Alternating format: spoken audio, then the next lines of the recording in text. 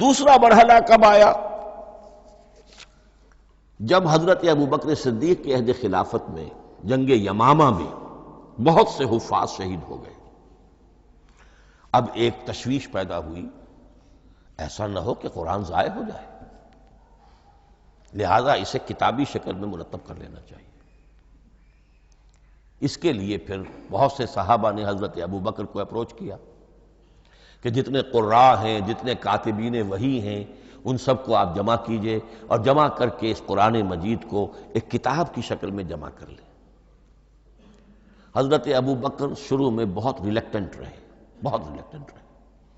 ان کا ایک خاص مزاج تھا، اتباع رسول کا جذبہ انتہا درجے کا۔ جو کام حضور نے نہیں کیا میں کیسے کروں؟ اگر تو یہ کام واقعی کرنے کا تھا تو حضور کرتے، میں کیسے کروں؟ لیکن یہ کہ جب صورتحال بہت لوگوں کی طرف سے دباؤ پڑا کہ نہیں یہ کر لینا چاہیے، ان کے سامنے بھی حکمت آ گئی، تو پھر انہوں نے اتفاق کرتے ہوئے جتنے بھی کاتبین وحی تھے ان سب کی ایک کمیٹی بنائی اور ان کو کہا کہ اب اس قرآن کو مرتب کر کے ایک کتابی شکل دے دی جائے۔ وہ کتابی شکل حضرت ابوبکر کے دور میں ہو گئی۔ تیسرا مرحلہ کیا ہے؟ یہ کتابی شکل میں جب قرآن مجید آ گیا اور شروع میں یہ اجازت تھی کہ ہر قبیلے، ہر علاقے کے لوگ اپنے لہجے میں پڑھ لیں۔ اب پنجابی ہمارا مسلمان جو ہے وہ چاقو کو کاچو کہے گا تو وہ لکھے ہوئے کو بھی چاقو کو کاچو پڑھ کے نکلے جائے گا۔ تو مختلف لہجوں میں ہونے سے وہ ان کا جو ہے قرآن مجید بدل رہا تھا، کوئی کسی طرح پڑھ رہا ہے، کوئی کس طرح پڑھ رہا ہے۔ اب اس کی تشویش ہوئی حضرت عثمان کے زمانے میں، جب دور بہت پھیل گیا، اسلام کا دائرہ، دارالاسلام کی وسعت بہت ہو گئی کہ اس طرح اگر یہ لوگ پڑھیں گے اور اپنے اپنے لہجے کی وجہ سے اب اس لہجے میں شکل بدل بھی جاتی ہے لفظ کی۔ کاچو کو کاف الف چے واو لکھنا شروع کر دیں گے پھر کہ کاچو سنا ہم نے، تو چاقو تو سنا ہی نہیں۔ تو ایک لکشو ہے چاقو لکھ رہا ہے اور ایک کاچو لکھ رہا ہے، تو چاقو اور کاچو میں فرق ہو گیا۔ لہذا اس وقت پھر جو کام کیا گیا وہ یہ کہ ایک ہی رسم تحریر، رسم کتابت، رسم الخط میں قرآن مجید کے نسخے تیار کیے گئے۔ اصل میں ایک بہت بڑا مغالطہ ہو جاتا ہے ہمارے جمعوں کے خطبوں میں، حضرت عثمان رضی اللہ تعالی عنہ کے نام نامی کے ساتھ وہ قوافی جو ہیں ان کی مناسبت سے جامع آیات القرآن عثمان ابن عفان رضی اللہ تعالی عنہ، غالب علی کل غالب علی ابن ابی طالب رضی اللہ تعالی۔ اب یہ جو جوڑتے ہیں قافیے، تو حضرت عثمان کے نام کے ساتھ یہ قافیہ جوڑ دیا، اس سے لوگوں کو مغالطہ بھی ہوا اور دشمنوں نے ایکسپلائٹ کیا کہ اس کا مطلب یہ ہے کہ قرآن تو جمع ہوا ہے حضرت عثمان کے زمانے میں، اور حضرت عثمان کے زمانے میں اور حضور کے زمانے میں کم و بیش 15 سال کا فصل تو ہو چکا، گویا کہ قرآن مرتب ہی ہوا ہے حضور کے انتقال کے 15 برس بعد۔ پھر حضرت عثمان کی شخصیت کو خاص طور پر جو سبائی فتنہ اٹھا تھا اس نے ایک ڈسپیوٹڈ پرسنالٹی بنا کے رکھ دیا ہے، نہیں معاذ اللہ، کوئی شک نہیں، لیکن یہ کہ ایک فتنہ اٹھا، فتنۃ الکبریٰ، اور حضرت عثمان رضی اللہ تعالیٰ عنہ کو انہوں نے بدنام کیا، لہذا اس کے نام سے اور بٹا لگ گیا، یہ مصحف عثمان ہے۔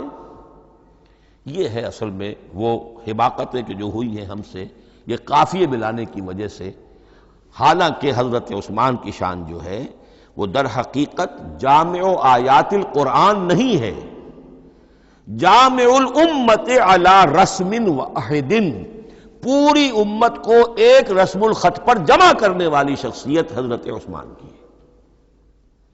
مثلا اب دیکھیے مالک یوم الدین کس طرح لکھیں گے؟ میم لام اور کاف،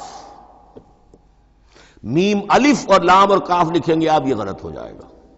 میم پر کھڑا زبر ہوگا اور اس کو مالک پڑھیں گے، میم پر اگر کھڑا زبر نہیں ہے، پڑھا زبر ہے تو ملک پڑھیں گے، اور قراتوں میں یہ دونوں موجود ہے، ملک یوم الدین بھی ہے اور مالک یوم الدین بھی ہے۔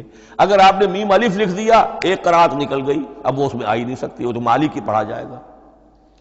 یہ زیر زبر بھی جو لگے ہیں قرآن مجید میں، یہ بھی حجاج ابن یوسف کے زمانے میں لگے، اس سے پہلے نہیں تھے۔ اور یہ رموز و اوقاف، یہ آیتوں کے نشان اور یہ وقفہ بیچ میں، یہ بھی حجاج ابن یوسف کے زمانے کی چیزیں ہیں، ورنہ عربوں کے لیے تو ان کی اپنی زبان تھی، انہیں ان چیزوں کی ضرورت ہی نہیں تھی۔ آپ کو معلوم ہے پرانے زمانے کے جو منشی ہوتے تھے، انشاء پرداز، وہ جب خط لکھتے تھے تو اس میں نقطے وغیرہ نہیں لگاتے تھے. جس کو خط لکھا جا رہا ہے وہ توہین سمجھے گا کہ شاید مجھے جاہل سمجھا کہ نقطے بھی لگا کے بھیجا جا رہا ہے خط پر، گویا کہ میں تو سمجھ ہی نہیں سکتا بغیر نقطوں کے. تو یہ جو ہے پرانے جو شکستہ خطوط لکھے جاتے تھے ان کا یہ انداز تھا، لہذا کوئی نقطے وغیرہ نہیں تھے. یہ بھی بعد میں لگے. تو ملک یوم الدین، مالک یوم الدین، اس کی رسم آئے گا میم لام کاف، کھڑا زبر ہے مالک یوم الدین اور ویسے پڑا زبر ہے ملک یوم الدین.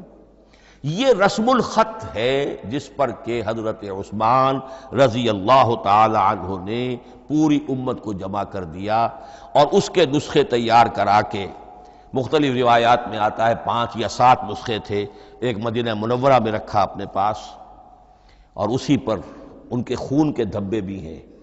اور وہ نسخہ قرآن مجید کا اب استنبول کے اندر ہے، توپ کاپی کا جو عجائب خانہ ہے، عجائب گھر ہے، جس میں جہاں نوادرات کے ساتھ ساتھ حضور کے بھی کچھ تبرکات اور جمع ہیں، وہاں وہ نسخہ موجود ہے.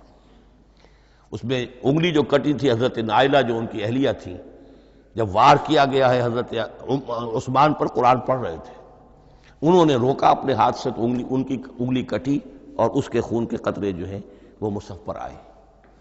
تو یہ وہ قرآن. پھر انہوں نے ایک مکہ مکرمہ میں، ایک دمشق میں، ایک کوفے میں، ایک یمن، ایک بحرین، ایک بصرہ، مختلف جگہوں پر وہ آفیشل ورشن قرآن کا صرف رسم الخط سکرپٹ کے اعتبار سے. لیکن اب پھر نوٹ کر لیجئے، قرآن مرتب ہو چکا، مدون ہو چکا دور نبوی میں، لیکن کتابی شکل میں نہیں، سینوں میں محفوظ. دور خلافت ابی بکر میں وہ کتابی شکل میں لایا گیا، اور اس کے لیے پھر بحث ہوئی کہ اب اس کا نام کیا رکھا جائے. اس کے لیے کئی نام تجویز ہوئے، سفر بھی، انجیل بھی، وغیرہ وغیرہ. لیکن پھر اس کو حضرت عبداللہ ابن مسعود رضی اللہ تعالی عنہ نے اہل حبشہ سے استشہاد کرتے ہوئے مصحف نام رکھا. مصحف، یہ مصحف بن گیا حضرت ابو بکر کے زمانے میں. لیکن مصحف کی قرأت کے جو فرق ہو رہے تھے تو وہ لکھنے کے اندر بھی فرق آنا شروع ہو گیا. اس کو دور کیا حضرت عثمان نے، اس کا آفیشل ورشن تیار کروایا، ایک رسم الخط پر پوری امت کو جمع کر دیا. باقی جو نسخے تھے انہیں آپ نے پھر ضائع کر دیا، تاکہ کوئی اور یہ نہ رہے کہ اب یہ بھی ایک تھا پرانا نسخہ نکل آیا، اس میں تو یہ لفظ اس طرح لکھا ہوا ہے. تو جامع الامت علی رسم واحد، ایک ہی رسم الخط پر پوری امت کو جمع کرنے والی شخصیت وہ حضرت عثمان کی ہے رضی اللہ تعالی عنہ. بہرحال یہ نوٹ کیجئے کہ یہ مرحلہ بھی حضرت عثمان کے زمانے میں، تو یوں سمجھیے کہ حضرت عثمان کا پورا عہد بھی آپ جوڑ لیں تو آپ کی جو شہادت ہے وہ تقریباً یوں سمجھیے کہ حضور کے انتقال کے وہ 25 برس بعد ہے. گویا ربع صدی کے اندر اندر حضور کے انتقال کے بعد، چوتھائی صدی کے اندر اندر سارے مراحل طے ہو گئے. یہی وجہ ہے میں نے شروع میں آپ کو بتایا تھا کہ پوری دنیا یہ مانتی ہے کہ آج جو قرآن مسلمانوں کے پاس ہے یہ ہے وہی جو محمد عربی صلی اللہ علیہ وسلم نے اپنی امت کو دیا تھا.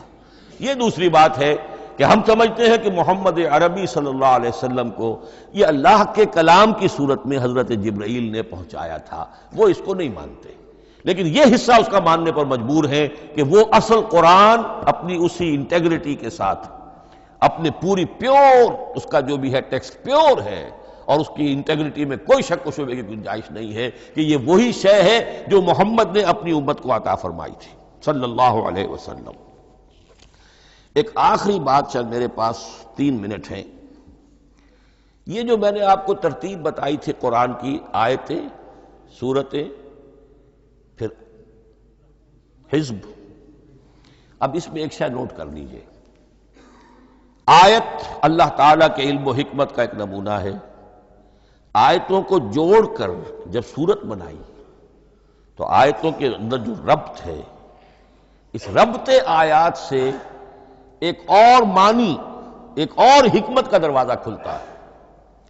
جیسے موتی ہے، ہر موتی بڑا خوبصورت ہے، لیکن جس ترتیب سے آپ نے پرویا، اس کو دھاگے میں ہار بنایا، اس ترتیب سے اس کا حسن دوبالا ہو جائے گا. ہر موتی کا اپنی جگہ پر ایک حسن ہے، لیکن اس ترتیب کی وجہ سے اس کے حسن کا ایک اور پہلو ظاہر ہوگا۔ اسی طرح قرآن مجید کی صورتوں میں ربط آیات بہت اہم ہے۔ ایک مرکزی مضمون ہوتا ہے ہر صورت کا، مرکزی مضمون، عمود، اور اس کے گرد وہ ساری آیتیں اس طریقے سے گھوم رہی ہوتی ہیں، جڑی ہوئی ہوتی ہے، جیسے کہ ایک دھاگے کے اندر پروئے ہوئے موتی ہوتے ہیں کہ جس کی جو ہار کی شکل اختیار کرتے ہیں۔ دوسری بات یہ، اکثر و بیشتر صورتیں قرآن مجید میں جوڑوں کی شکل میں ہیں۔